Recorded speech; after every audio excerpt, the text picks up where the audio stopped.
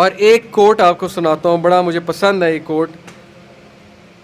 اشفاق احمد رحمہ اللہ ماشاءاللہ بہت بڑے ادیب گزرے ہیں، وہ کہتے ہیں کہ کبھی بھی کسی انسان کی طرف سے اپنی ناقدری پر نہ کڑنا، کبھی بھی کسی انسان کی طرف سے اپنی ناقدری پر نہ کڑنا، کیونکہ قدر و قیمت کا تعین ہمیشہ وقت کرتا ہے اور درجات اوپر متعین ہوتے ہیں.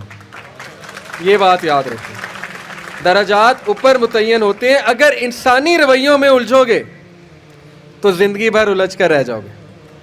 بس عیب اور غیب کے جاننے والے کے ساتھ اپنے معاملات سلجھائے رکھو، ساری الجھنے اور مسائل دور ہو جائیں گے. کیا بات ہے جی. لوگوں کے رویوں میں مت الجھیں، اللہ پہ توکل رکھیں، اس کے ساتھ معاملات سلجھائیں، یقین کریں اس کے ساتھ معاملات سلجھائیں. ایک شخص امام غزالی کے پاس آیا، اس نے کہا جی مجھے یہ مسئلہ ہے. انہوں نے کہا استغفار کر. بڑا حیران ہوا، کہتا ہے میں آپ کو مسئلہ بتا رہا ہوں، آپ کہہ رہے استغفار. کہتے استغفار کر.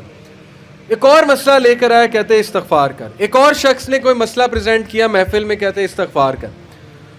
تو بعد میں ایک ان کے دوست سے پوچھا کہ ہر بندے کو استغفار، اس کا مسئلہ اور ہے، اس کا مسئلہ اور ہے، اس کا مسئلہ اور ہے. تو کہتے تم نے سورہ نوح نہیں پڑھی؟ حضرت نوح کیا کہتے ہیں اپنی قوم کو کہ استغفار کرو، اللہ اولاد دے گا، اللہ جو ہے وہ مال دے گا، اللہ تعالیٰ رزق دے گا، اللہ تعالیٰ کھیت دے گا، باغات دے گا، بارش برسائے گا. ہر مسئلے کا حل تو استغفار ہے. تو میں نے سب کو استغفار کہا. تو اس لیے استغفار، اللہ کے ساتھ معاملہ. لوگ دکھ دیں گے آپ کو. ہمارے نبی سے زیادہ دکھ کس کو دیا ہے لوگوں نے؟ جب نبی کو لوگ دکھ دے سکتے ہیں تو ہم کون ہیں؟ جب بہترین انسان کو، سچے ترین انسان کو دکھ دیا جا سکتا ہے تو ہماری کیا اوقات ہے؟ ہمیں بھی لوگ دکھ دیں گے، اپنے بھی دکھ دیں گے، کولیگ سے بھی ہو سکتا ہے دکھ ہو، بہت سے لوگ دکھ دیں گے. لیکن دکھ جو ہے یہ نبیوں کی میراث ہے، یاد رکھیں. اگر دکھ اور غم بری بات ہوتی تو نبیوں کو کبھی نہ ہوتا. یہ بات یاد رکھیں. ہر نبی غم سے گزرا، ہر نبی غم سے گزرا، ہر نبی مشکل سے گزرا. اس سے گھبرانا نہیں آپ نے. یہ اللہ درجات بلند کرتا ہے آپ کے. ہم سے بڑے گناہ ہوتے ہیں، پھر اللہ تعالیٰ جو ہے وہ ان کا کفارہ یہیں پہ دلوا دیتا ہے مختلف طریقوں سے. مشکلات آتی ہیں، ٹیسٹ اور ٹرائلز آتے ہیں، بڑا کچھ آتا ہے، لیکن قیامت والے دن وہ شخص کلین سلیٹ کی طرح آتا ہے.